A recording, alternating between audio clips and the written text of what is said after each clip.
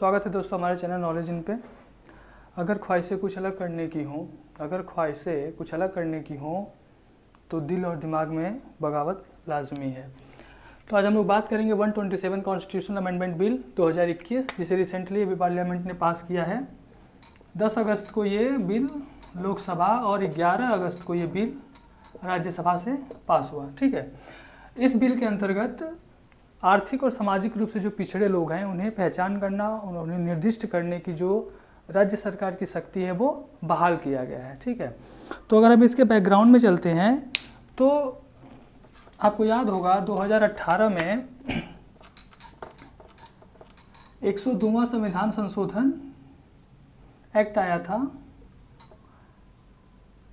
102nd constitution amendment act. इसके अंतर्गत जो NCBC national commission for backward class, ठीक है, national commission for backward class, इसको संवैधानिक दर्जा प्रदान किया गया था। इसको संवैधानिक दर्जा प्राप्त किया गया था। और NCBC जो है ये इसकी स्थापना 1993 में हुई थी। अब NCBC को संवैधानिक दर्जा प्राप्त कर दिया गया, तो इसके अंतर्गत और कुछ 2 नए आर्टिकल इंसर्ट किए गए थे संविधान में। एक था 338B। इसके अंतर्गत ये जो national commission for backward class है, इसके ड्यूटी, पावर और स्ट्रक्चर, इसके बारे में दिया गया है। ठीक है, अगर हम स्ट्रक्चर की बात करें तो इसका एक प्रेसिडेंट होगा, एक वाइस प्रेसिडेंट होगा और 3 इसके मेंबर होंगे।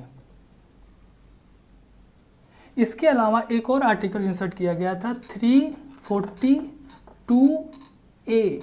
342A के अंतर्गत ये प्रेसिडेंट को पावर देता है, ये प्रेसिडेंट को पावर देता है कि वो किसी राज्य या केंद्र शासित प्रदेश में से सामाजिक और आर्थिक रूप से पिछड़े लोगों को निर्दिष्ट कर सके और उनकी पहचान कर सके। ठीक है, ये प्रेसिडेंट को पावर दिया गया।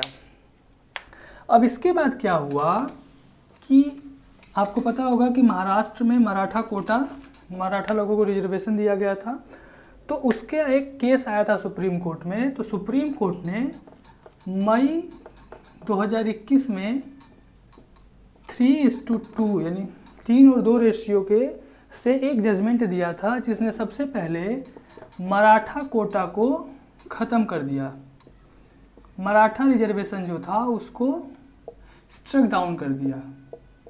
ठीक है, उसने कहा था कि जो इंदिरा साहनी जजमेंट है, जिसके अंतर्गत 50% का जो कैप है वो पार कर रहा था। ठीक है, इसके अलावा क्या हुआ था कि सुप्रीम कोर्ट ने कहा था कि NCBC national commission for backward class को जब संवैधानिक दर्जा दे दिया गया और ये 2 आर्टिकल जब इंसर्ट कर दिए गए, तो इसके अंतर्गत राज्यों के पास जो पावर थी सोशली और इकोनॉमिकली बैकवर्ड क्लास की पहचान करना और निर्दिष्ट करना, ये समाप्त हो गया।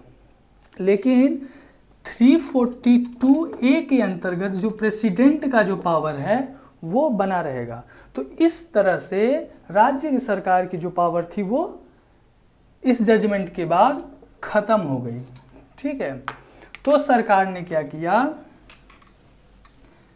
अभी रिसेंटली 127वां संविधान संशोधन बिल लाया और इस बिल के अंतर्गत राज्य सरकार यानी कि स्टेट गवर्नमेंट और यूनियन टेरिटरी की जो पावर थी सोशली इकोनॉमिकली बैकवर्ड क्लास को स्पेसिफाई करना और उन्हें आइडेंटिफाई करना, यानी उन्हें पहचान करना और निर्दिष्ट करने की जो शक्ति थी वो फिर से बहाल कर दिया गया। ठीक है, इसके अंतर्गत 342A क्लॉज 3 ये एक नया आर्टिकल इंसर्ट किया गया, जो राज्य सरकार की जो शक्ति थी सोशली इकोनॉमिकली बैकवर्ड क्लास को आइडेंटिफाई करना और स्पेसिफाई करना, वो फिर से बहाल करता है। और स्टेट अपना खुद का लिस्ट ओबीसी लिस्ट तैयार कर सकता है जो कि सेंट्रल लिस्ट से डिफर होगा। ठीक है, तो आई होप आपको ये इंफॉर्मेशन अच्छा लगा होगा। सो थैंक यू, जय हिंद।